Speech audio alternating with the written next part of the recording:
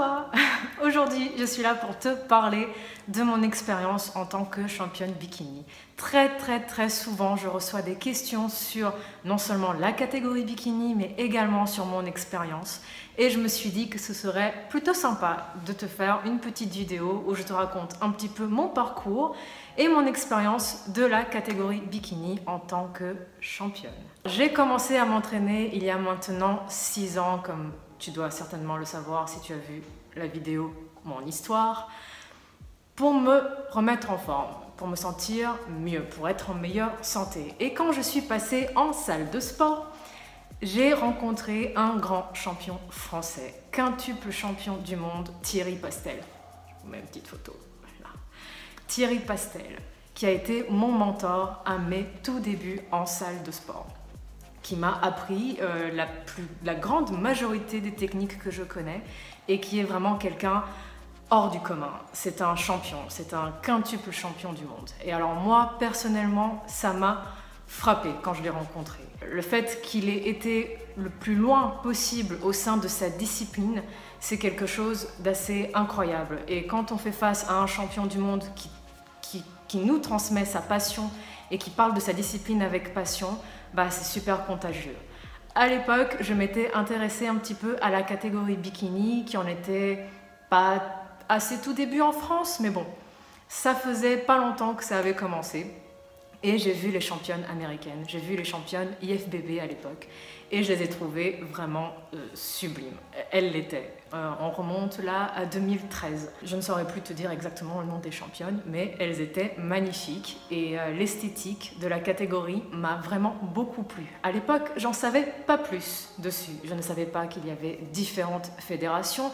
Je ne savais pas que chaque fédération avait ses propres critères et je ne connaissais pas bien les critères esthétiques de la catégorie en elle-même, mais les physiques que je voyais sur scène étaient vraiment, à l'époque, ça m'a coupé le souffle. Donc ça m'a donné envie d'aller dans la catégorie bikini. J'ai mis 4 ans avant d'y aller, sérieusement. Pourquoi j'ai mis 4 ans ? Parce que dans la vie, rien n'est complètement linéaire. Souvent, il y a des hauts, des bas et aucun chemin n'est vraiment tout droit. Et qu'est-ce qui s'est passé ? J'ai eu des hauts et des bas. Et avant d'arriver là où j'en suis à l'heure actuelle, excuse-moi le terme, j'en ai chié. Ça a pris son temps, mais ça m'a permis de mieux comprendre ce qu'était la catégorie. Maintenant, je vais t'expliquer en quoi consiste la catégorie. La catégorie bikini est une des catégories en culturisme, puisque c'est du culturisme en bon français et pas du bodybuilding. En culturisme, c'est une des catégories les plus basses, on va dire ça comme ça, en termes de définition, de séparation musculaire, de stries, tous les critères qui sont dans les catégories supérieures dans le culturisme féminin. D'ailleurs, si tu veux tout savoir dessus, j'ai également fait une vidéo sur les catégories pour les femmes. Peut-être un lien quelque part par ici. Et donc, cette catégorie vise un certain développement musculaire, un galbe, une allure féminine. C'est une catégorie où l'objectif est le sablier. Donc, épaules définies, un dos en V, une taille fine, un fessier bien rebondi, des jolies cuisses, un galbe global, donc également des biceps, un bras plein, des mollets. En fait, ce qu'on cherche, c'est l'allure féminine, en tout cas, l'idée de l'allure féminine idéale que l'on se fait dans notre société occidentale, moderne. C'est-à-dire le sablier et une allure vraiment que l'on veut la plus féminine possible. C'est une catégorie où nous sommes en bikini. C'est un bikini 2 pièces avec des cristaux, de Swarovski ou pas d'ailleurs, donc des cristaux, des bikinis à cristaux, des talons transparents ou pas, suivant les fédérations, un maquillage de scène, une chevelure, on va dire, type plage, donc il faut que ce soit quelque chose d'assez féminin et aérien. Et c'est une catégorie qui plaît beaucoup et qui plaît de plus en plus. Je peux le dire, je pense ne pas trop me tromper quand je le dis, c'est une catégorie qui est abordable et qui donne envie. Voilà, ça c'est pour la catégorie en elle-même. On monte sur scène en bikini à paillettes, on fait des poses, on doit avoir une démarche féminine, Voilà, ça c'est le global. Maintenant, je vais t'expliquer les différences entre les différentes fédérations. Alors, je vais en rester aux 4 principales, je pense être les 4 principales actuellement. Nous avons l'IFBB, qui est une fédération internationale. C'est la fédération numéro 1 en termes, il me semble, en termes d'adhérents, de fédérés à l'échelle mondiale. Je te passe les détails. Aux États-Unis, il y a le NPC qui t'emmène d'abord en IFBB, mais en Europe et dans le reste du monde, très souvent, c'est que l'IFBB. Donc voilà, l'IFBB, ce sont des bikinis qui sont vraiment, on a tendance à le dire surtout en Europe, tankés, c'est-à-dire des bikinis très développés. Elle monte sur scène en bikini, donc toujours à paillettes, mais avec des talons transparents. Un seul passage sur scène et elle monte pour faire des poses. Il n'y a pas d'autre chose, il n'y a pas d'autre type de spectacle. C'est vraiment que le bikini. Ensuite, et là je ne parle pas par ordre d'importance, ensuite à l'heure actuelle nous avons Naba. Naba c'est un peu la même chose, hein. Toujours un seul passage sur scène pour les bikinis, il me semble. Toujours un bikini à paillettes, couleur unie, talons transparents. Après on a la WBFF, qui est une fédération qui est assez à la mode à l'heure actuelle, qui se veut plus fashion. Donc on monte sur scène, mais avec des poses un peu plus langoureuses, des choses un peu plus mannequin, un peu plus top modèle. C'est une fédération axée fashion. Et là, on a, je crois, 2 passages, c'est-à-dire un passage en robe de soirée et un passage en bikini. Là, on rentre un peu plus dans le spectacle. Et en dernier, je vais te parler de ma fédération. Donc Muscle Mania. Muscle Mania a la particularité de proposer 2 passages au bikini, un passage en tenue originale, alors là c'est paillettes, plumes, tout ce que tu veux, et le deuxième passage c'est le passage en bikini. Et là le bikini reste assez classique, il n'y a pas de coloris imposé, c'est-à-dire que les bikinis peuvent être multicolores. Ce qui n'est pas toujours le cas en IFBB et en Naba, il me semble que ce n'est pas le cas. Peut-être que je me trompe pour Naba, mais en tout cas pour l'IFBB, c'est sûr et certain. Et ce que j'aime beaucoup dans Muscle Mania, c'est donc ce passage en tenue originale où on nous demande clairement de faire le spectacle. Et ça a parlé à l'enfant en moi. Ça m'a clairement fait kiffer. Donc j'y suis allée et Muscle Mania, selon moi, à l'heure d'aujourd'hui, est la fédération qui me correspond vraiment le mieux.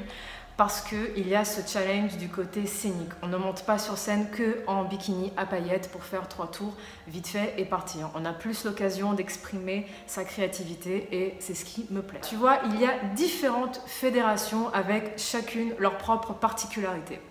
Mais la catégorie reste globalement axée sur le sablier, les épaules, le dos, la taille fine, les fessiers, etc. Et on revient maintenant à 2013. Où je vois donc cette catégorie et je me dis, c'est là que je veux aller. Bah pour y aller, il faut s'entraîner. Il faut prendre son temps parce que le développement musculaire chez une femme ne tombe pas du ciel. Donc ça prend du temps, la maturité physique prend du temps. On me demande souvent comment j'ai su que c'était la catégorie faite pour moi. En fait, je ne me suis pas demandé si c'était la catégorie qui était faite pour moi ou si c'était juste une envie que j'avais au fond de moi d'y aller et de donner mon maximum. Si tu as envie de te lancer, la suite de la vidéo va te plaire. Ou en tout cas, j'espère va t'intéresser. Maintenant, on va voir les pour et les contre de cette expérience bikini. Quand je me suis lancée, ma première compétition a été une compétition amateur. D'ailleurs, si tu veux, j'ai des vlogs pour toutes les compétitions sur ma chaîne, donc si tu as envie de regarder, toutes mes aventures sont par là-bas. J'ai commencé avec cette compétition amateur, qui était une compétition bon enfant, où j'ai eu une expérience plutôt mitigée, voire carrément, avec du recul, pas top. Je me suis fait voler des boucles d'oreilles pendant la compétition, il y a eu 2-3 accros, donc ça n'a pas été la meilleure expérience, mais c'était une première expérience pour avoir un aperçu de ce qu'était la scène, de ce qu'était une petite préparation pour y aller. Et ça m'a permis d'avoir une première expérience. Donc j'ai découvert que c'était un monde impitoyable, où les filles n'ont vraiment pas de pitié. Si elles voient une compétitrice arriver, ça reste une compétitrice. Donc première expérience plutôt mitigée, où j'ai appris que la compétition, ce n'était pas toujours bon enfant et que tout le monde n'a pas la même vision de ce qu'est une compétition. Personnellement, pour moi, la prépa en amont fait déjà partie de la compétition. Donc une fois qu'on arrive sur scène pour montrer le résultat et le fruit de son travail, c'est un peu une apogée, mais ce n'est pas là que tout se joue, puisque le physique, il est préparé en amont. Mais ça, tout le monde ne voit pas les choses de la même manière que moi. Deuxième compétition, Musclemania Paris, l'année dernière, où j'ai gagné ma carte pro Musclemania. Donc première compétition à visée professionnelle et une bien meilleure expérience. L'ambiance dans les coulisses était super top, les organisateurs parfaits. Je ne vais pas dire que ça a été un rêve parce que ça a été assez difficile pour moi cette prépa. Elle a été très très dure sur le point physique et aussi sur le plan mental. Mais j'avais en tête la première place, j'y suis allée et je l'ai eu. Et donc là, encore un pour, quand on se donne un objectif atteignable dans le temps, qu'on veuille ou pas, la date, elle ne bougera pas. Donc on y va, on se donne à fond et une prépa, c'est un dépassement de soi sur énormément d'aspects. Donc voilà, super point positif, le dépassement de soi, atteindre un but. Après, dans les points un peu mitigés, on a intérêt à avoir des amitiés solides, si on est un couple solide et si on est à proximité de sa famille, une bonne relation avec sa famille parce que on déguste. On déguste et on n'est pas tout seul là-dedans. Donc voilà, il faut être solide, sinon on peut voir beaucoup de choses autour de nous s'effondrer. Lors de cette expérience compétition Musclemania à Paris, j'ai aussi rencontré et j'ai vu de mes propres yeux beaucoup de filles s'effondrer post-compétition. Parce que la prépa est une chose, mais le post-compétition, c'en est une autre. Et on est souvent très mal préparé pour le post-compétition et pour les répercussions qu'une compétition peut avoir sur notre santé. Parce que quand on est focalisé dessus et qu'on y va, on a envie, on se donne à fond, on perd complètement pied. Notre corps commence à progresser dans un sens que l'on souhaite, donc on va vers quelque chose, mais après il faut en revenir. Et en revenir parfois c'est beaucoup plus difficile que d'y aller. Et beaucoup de filles que j'ai rencontrées se sont effondrées post-compétition. Des filles qui ont pris jusqu'à une bonne quinzaine, vingtaine de kilos dans les semaines qui ont suivi, parce qu'on doit voir notre corps reprendre vie en quelque sorte, donc on descend très très bas en masse grasse corporelle pour la compétition, et après il faut revenir. Et quand on revient, parfois on a une sorte de dysmorphisme, donc on ne voit plus tout à fait notre corps tel qu'il est, et c'est très compliqué aussi. Donc voilà, point négatif, ou en tout cas mitigé et négatif, être solide sur ses appuis, donc sur ses fondations, donc sur sa famille, sur qui on est, sur ce qu'on a en tête, et être entouré aussi pour le post-compétition parce que ce n'est pas évident et on n'est vraiment pas prête pour ce qui se passe. J'ai eu la chance d'avoir un entourage très compréhensif et qui m'a mis les pieds sur terre relativement vite, et aussi d'avoir dans mon entourage d'autres culturistes à qui j'ai pu poser des questions et avec qui j'ai pu relativiser sur ce qui m'arrivait, mais ce n'est pas le cas de tout le monde et ça peut être très très dur. Donc voilà, à Paris, du positif et aussi du moins positif, mais j'en ai beaucoup appris. Et là, on arrive à l'international à Miami, qui est assez récent. J'ai peu de recul sur ce qui s'est passé à Miami, mais en tout cas dans le positif et dans les points un peu moins positifs, une expérience internationale, ça n'a rien à voir. On est complètement hors de l'Europe, puisque c'est différent. Les critères à l'international ne sont pas les mêmes qu'en France. On n'est pas forcément prête. On n'est pas forcément prête. Et la compétition est très rude. Les compétitrices sont vraiment là pour le même motif que toi. Et elles ne vont pas te rater. Donc pareil, retour à la réalité après une expérience à Paris très très positive. Des filles qui ne nous laissent pas forcément nous préparer dans les meilleures conditions, qui essayent de nous déconcentrer avant de monter sur scène, ou alors qui sont elles-mêmes hyper stressées et du coup elles nous tirent vers elles. Donc voilà, expérience internationale, du positif, du glamour et des paillettes et un big challenge. Dans le un peu moins positif, voire mitigé, une expérience complètement différente qui peut être très déstabilisante. Mais à force d'enchaîner les compètes, les retours à la normale se font de mieux en mieux et les challenges vont de plus en plus. Voilà pour les points positifs et pour les points un peu moins positifs. Je tenais aussi à préciser, Musclemania est une fédération naturelle. Ça veut dire que les compétiteurs qui participent sont naturels. Quand on rentre dans le milieu du culturisme, il faut garder à l'esprit que tout le monde ne joue pas selon les mêmes règles que nous. Ça veut dire que moi, en tant que compétitrice naturelle, ou nati, comme on dit ça, eh bien, j'ai dû accepter le fait que toutes les filles ne jouaient pas selon les mêmes règles que moi. Et que ce qui, moi, me prenait un temps fou, une énergie folle et vraiment énormément de sacrifices, ne demandait pas tout à fait le même genre de sacrifice pour d'autres compétitrices. Mais c'est le jeu et je l'ai accepté. Mais il faut le garder en tête. On ne peut pas demander à tout le monde de jouer selon les mêmes règles que nous, dans un milieu où les règles ne sont pas forcément respectées. Donc, ça fait partie de la compétition et je pense qu'il fallait le préciser. Je pense que pour cette vidéo, je vais en rester là. J'ai abordé globalement, vraiment globalement, les différents aspects de la catégorie.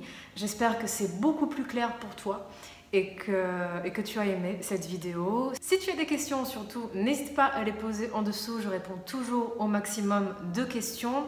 J'ai demandé sur les réseaux sociaux, avant de faire cette vidéo, quels aspects de la compétition intéressaient. Et si tu ne me suis pas encore, n'hésite pas à le faire. J'essaye vraiment au maximum d'interagir avec toi, avec toi qui me regarde.